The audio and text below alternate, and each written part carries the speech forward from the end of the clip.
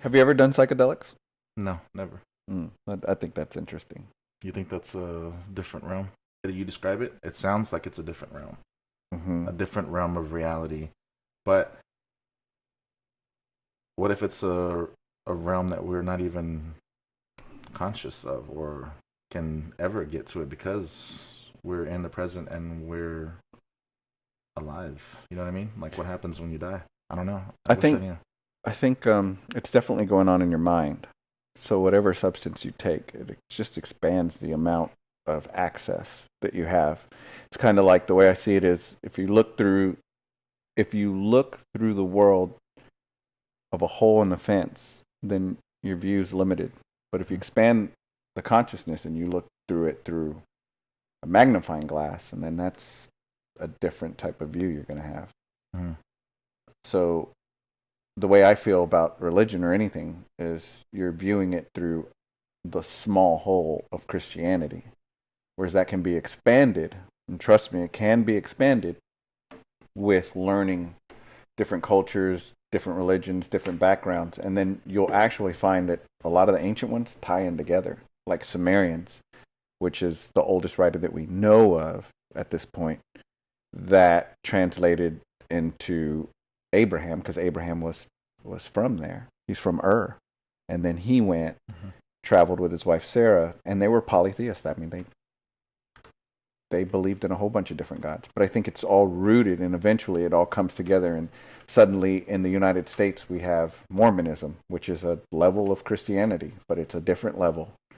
So that's just that's why I wanted to stay away from religion and more so what you thought. Yeah, yeah. What do you think though? I That's mean, as far as what we're talking about, same subjects, same beliefs. same questions to you. Yeah.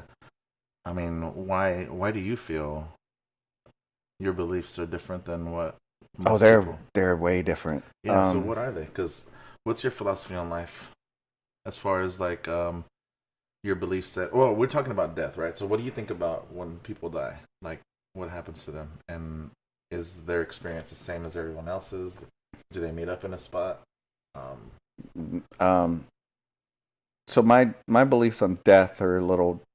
You'd have to understand my beliefs on life in order to get it. But the way I think is what's paramount is you. So you don't have to believe in anything but yourself. That's the most important thing. Now I know you know that I was an atheist, hardcore militant atheist for years, but psychedelics did change that. I mean, drastically, overnight, mhm. overnight. Um, and when I woke up the next morning, I was a completely different person. So now you have to elaborate on how that happened and what Sure. happened in those psychedelics So because what I knew was that the self is the most important. when you went into it, when you took what was it, shrooms, No, it was acid. lots and lots of acid. Four and a So half hits. so you took acid with the mindset of trying to discover something, or you just went into it and then all of a sudden it just slapped you and like what the fuck, and like this is what's going on, I and think then there's always a searching journey when you do something like that. It's not if anybody decides to do psychedelics that hardcore, it's cool to take 2 ounces of shrooms and maybe a hit or two of acid. But when you go deep, it's another level. And I think it's necessary. I don't recommend it for everyone because you do not come out the same. You People would label you psychotic. so the Just experience of the thoughts that hit you is what changes you. Like, cause you went into acid as an atheist into this acid trip, right? uh-huh. You came out a believer. Is it fair to say that? I felt connected. It's not a believer in anything. So, do I believe in a God? I don't believe in anyone's God. I don't believe in an anthropomorphic God, which means he doesn't have human characteristics. He's not a he, he's not a she. It's just energy. And that we all share it. That's how we're all connected. But I also believe in living that there you have to have a balance of mind, body, and soul. That's your balance. And those are the gifts that you were given that need to constantly be worked on in order to maintain balance. Um, the the believing in yourself is I believe we were born right the first time, and I believe that you you have everything inside of you, everything done right now. We have gifts inside of us that we haven't even tapped into. So when you look at um, life, it starts here. When you wake up in the morning, and Jiddu Krishnamurti, who was a great philosopher, when you wake up in the morning, he says he can find a way where you make everything about you. So, like, what do you enjoy? No, no, no. I give away. Why do you give? Because you want to make yourself feel better. Like, there's just different things that will always relate to you. But I also believe that that energy, that universe, that God, if you will, is a reflection. It shines through you. So you are God, technically. You know what I mean? And that's where your strength comes from. Your flaws come from your human part. And you have a duty to respond to the things that are natural. So remember, I told you guilt. It's guilt is a wonderful thing, and it's not whether or not you feel guilty. It's what you do with that guilt that makes you who you are. So I think that people that feel guilty about something have an obligation to react and apologize or do something to subside that guilt, to get rid of it. But I also think yoga is really important. So, I study Buddhism. Hinduism's my shit right now. It just has a different way of talking to you. Like, they don't see good and evil as bad. They're all the same thing. And it's all inside of you. So they have 33 million different gods. But the reason why they do is that's how many times that you react. Like, there's Brahman, who's the creator. There's Vishnu, who stabilizer, and then there's Shiva, the destroyer. Shiva is one fucking bad motherfucker, just destruction. But you have all of that inside of you, so you are capable of being all of those things. And but before we get off too much, I'm curious though. After, because it's still my question remains: was it a feeling that you felt? The psychedelic. So it was an experience. It's It was hard to mental. explain if you've never done it. And everyone that's listening to this that has done hardcore psychedelics will tell you it's impossible to explain. Really? Yes, there's no way to explain it. But the way I felt was, I felt like I couldn't see anything. Of course, there's the light and the pictures and everything playing with you, but it's more of a feeling. Like, was it a euphoric feeling? Sometimes, and sometimes it's scary as shit. So then maybe euphoria is scary and amazing at the same time. You know what I mean? Like, I think they're the same thing. On the same spectrum. You're so, or wavelength, whatever. Yeah, your soul is so big. Like, when people say you have a soul, bullshit. You are a soul. This is just a meat wagon. Like, we're just carrying this around. But your soul doesn't even have a personality.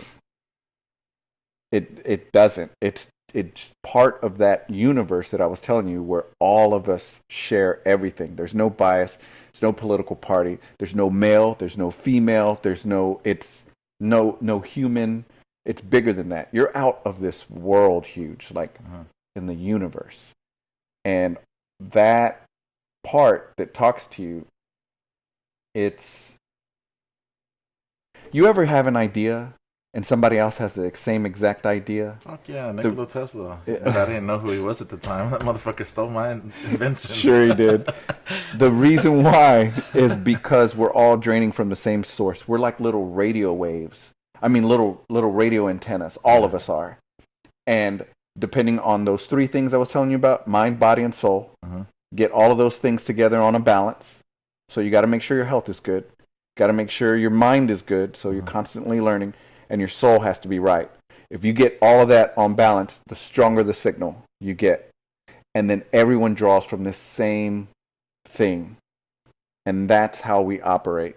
And that's what makes me you. And that's why I am able to see likeness in other people. So maybe I'm wrong, but let me see if I can change the wording a little bit of Go what ahead. you think. Go ahead.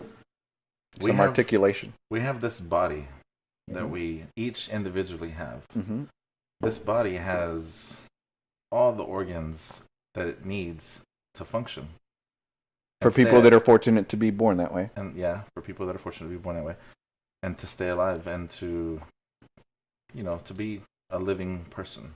So this living person is only alive because of those organs, but the moment that a person dies, but so that body is basically like a box that holds this soul is what you're saying, and Mm-hmm. that soul is what is like our energy pretty much. Mm-hmm. So once our organs fail us and we go into death, Mm-hmm. then that's how you feel that we are as people, or that's how humans are. Our soul escapes us because it's no longer a box that's capable of holding Your the soul soul. never your soul never escapes. It's your soul just is. Your body Mm-hmm. dies. Your soul will always be. And that's the everlasting life part. You know what I mean? That's the things that our Mm-hmm. ancient ancestors were trying to explain to us. But where I think it got misconstrued was when people tried to put ego into it. See, human beings want there to be everlasting life because they think that their personality is going to heaven. And that's not true. At least that's my belief. That's what I'm saying. Is your personality doesn't exist outside of your body. Because, like I said, everything's here. Yeah, your brain is part of your body. I mean, It's part of your so it personality. stays here. Yeah, You know, the that would scars make we have, our sense. DNA, things like Mm-hmm. that. But the moment we die, we live forever because our soul just never died. That's Yeah, the promise that we were given. Here, put it this way: with the gift of life, you get the gift of death, right? yeah. So, death is is a formality. That's it. Like, yes, of course, we're all frightened of it. Like, we don't know what's on the other side. But the only thing that for sure is that our soul, our memory, and everything, everyone else got to experience it for a moment in flesh. Mm-hmm. That's the sure bet. Yeah. It's interesting. It's interesting that psychedelics are responsible for all of these beliefs that you're explaining to us. It's an awakening. Like I said, Yeah. it's not a, nobody tapped me on the shoulder and said, hey, you got to believe this and this and this. It's a feeling, and it's a very profound feeling. And it makes you more compassionate. It makes you more everything. You're just connected. And I would encourage everyone to do it, but I don't encourage everyone to do it because if you have an ego, you're going to see those demons beat you up. They're going to rip you into shreds cuz it's real. So it brings you back down to earth, though. Lets you Your ego doesn't know that you're not. exist. Like I had ego death. So I at one point I was like three other people. My soul just kind of took this journey somewhere else, and I was no longer Michael, and I was no longer I was no longer a male, no longer married, no longer nothing. I was just being with everyone else. Like I could feel everyone's energy. It's pretty intense, man. Yeah. So then, what are your beliefs with religion, and how did you get there? Um, when I was younger, I was hardcore Christian. But I actually, as you know, I do my due diligence. I read the Bible front to back. Now it's three times. And uh, I'm a big fan of the Old Testament. I know a lot of people aren't, but I am. If you really get into the Bible, it not only it's tells a story, it's numerical, and when you start adding things together, those numbers come out to something else. And then I'm actually learning something else where Hebrew is constellations in the sky. They're constellations. It's pretty neat. Um, but And that's the language we missed, Hebrew. Hebrew. Yep. So it's it's really really cool. My favorite passages, of course, are about history. It's Kings, but all of these texts all have different gods. I know a lot of people say, no, it don't. It just says God. It doesn't. There's so many different gods, and I think, ironically, that King Josiah had a lot to do with making it one God because everyone believed in Asherah, who was a woman. So he went in and miraculously they found the book of Deuteronomy when he was king, and like I think it was like 600 BC, and changed the world. And he even got little people to work to go out on the corners and preach it.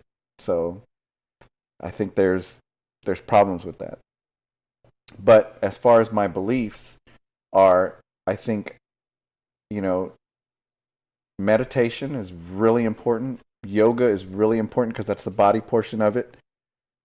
I do yoga every day so I don't have to go to the doctor. If you get a stretch in, you do everything that you're supposed to. I don't get, when I get jacked up? When I don't do my yoga. And my yoga encompasses two things: yoga and um, meditation. And it's profound, man. I wish I could tell you how awesome it is. I don't want to be like, I know I got dreads and everything. I don't want to be this big hippie telling you, you got to do yoga, man. But it really, really keeps you out of the fucking doctor's office. It really does. I don't know. I don't remember the other questions that you asked me. Because one of the topics was what happens when we die. So philosophy on life. Then what do you find is your philosophy on life? What's our purpose? Um, I don't think that I know that there's a purpose. I just know that um, be the best that you can be. So if you are, um, I think it's mine. yeah, if you are a plumber, be the best plumber. Like you have all the gifts. Everyone has the gifts inside of them. You don't need, here's my thing too. You don't need bloodshed for redemption. Because that's what religion really is they believe that something has to be sacrificed. The only thing that has to be sacrificed is your life, because you do die. That's the only thing. It's not the other person. And if it is, you want to play mind games or word games, it's God's version of you in flesh dying. That's the sacrifice that you make for having the life. It's interesting.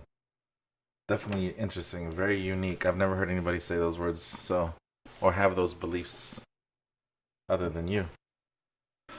But I agree with you on that part too about the purpose of life. I don't know if there is a purpose. I don't. I think you're onto it though, as far as being the best version of you that you can be. Like do everything that to the best of your ability. Like to seek happiness in everything that you do. Um, and if you don't, then don't do it. So Find ways to you want to know what I love stay about the happy. Bhagavad Gita and Hinduism is I have to tell you this story because it's so awesome. So Arjun is a king. He's an archer. He's good at war.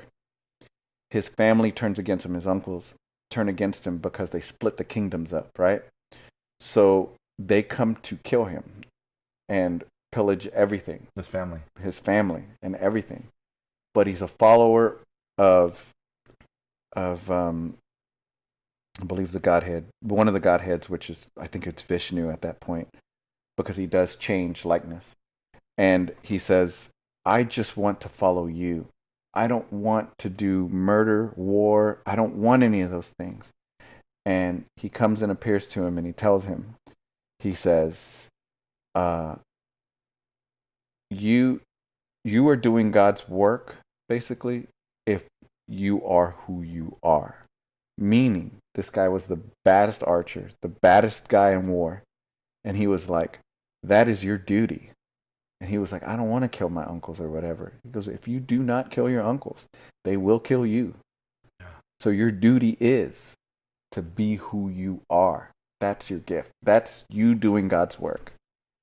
So I think we all have evil in us, but we have a way of getting it out and being smart about it. Like, remember, there's the mind too. Like, we got to be smart. We got to say, okay, look, I was angry here. I'm going to reconcile that with an apology. Or I was really nice to this person and I don't expect anything back because they believe that you're entitled to the labor, but not entitled to the fruits of your labor. Mm-hmm. That's deep. Yeah, I like that. Yeah. Actually. So like you're entitled to do anything, but you're not. Don't expect anything back. Yeah. What you put in, that's it. What you put in, that's it. That's yeah. it. Mm-hmm. Yeah.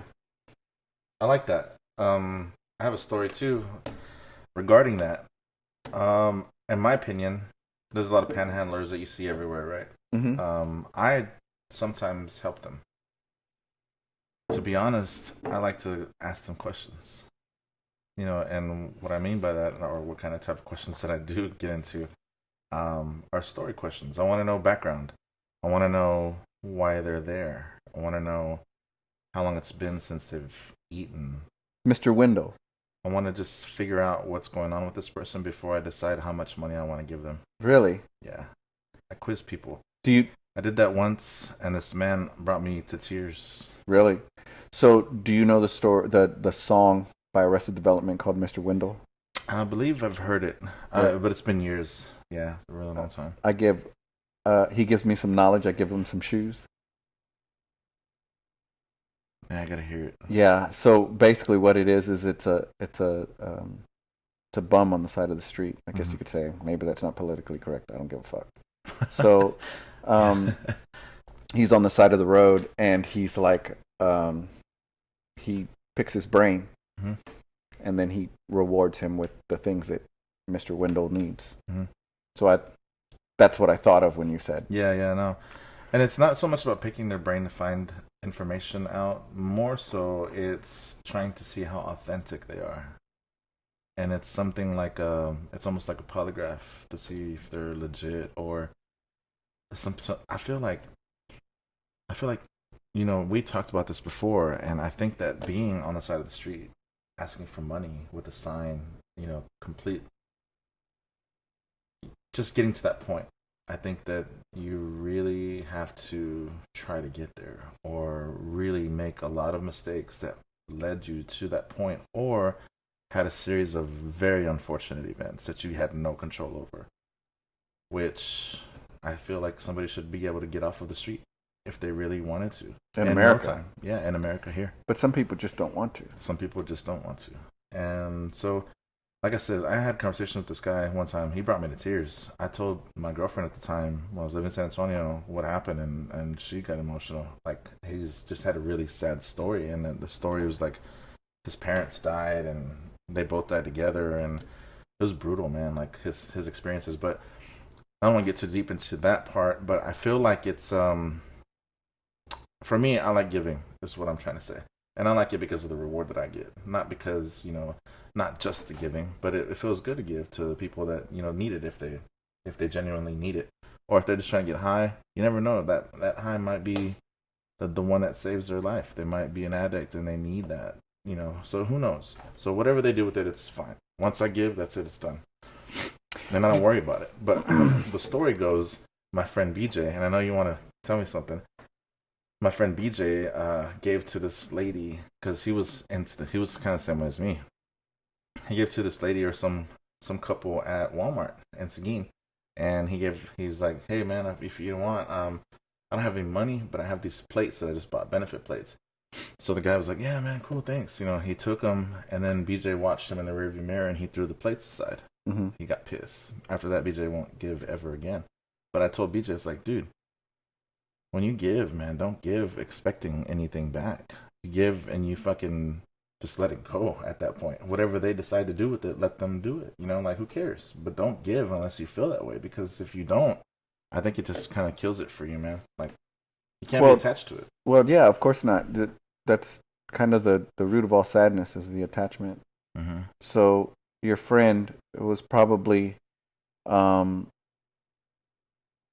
probably felt cheated, Mm-hmm.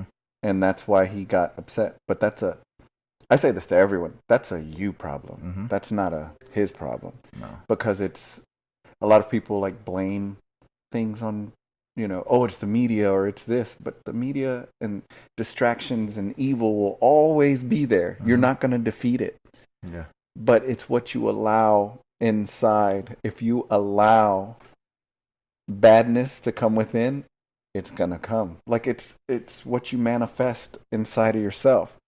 If you allow people to be mean to you and you Mm-hmm. take that, I always tell this to people that I love, don't take that because they gave you a gift that was a shit gift. Mm-hmm.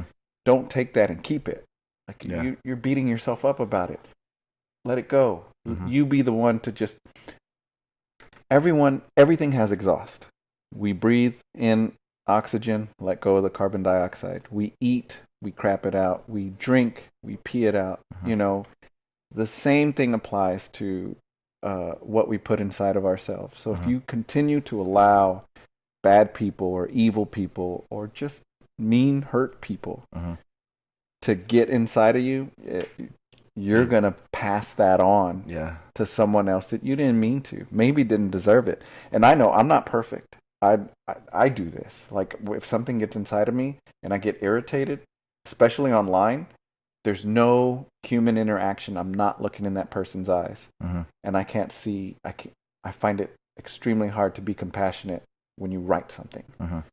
So it's hard for me on social media, but face to face, it's really easy for me to be compassionate, especially if it's a beautiful girl, Oh yeah, for sure. And she doesn't even have to be beautiful. I can find beauty in anything. I My thing is, I'm an artist, I guess you could say, and I love to draw. I love to paint and everything. I look for flaws. I want to fix the flaws, but sometimes the flaws are the best part of anything. So Yeah. I can find beauty in anything, and anyone. I know I can. Mm-hmm. I have yet. It has yet to happen. Even like your enemies, you're like, man, fuck that dude, but he is really good at this. You know what I mean?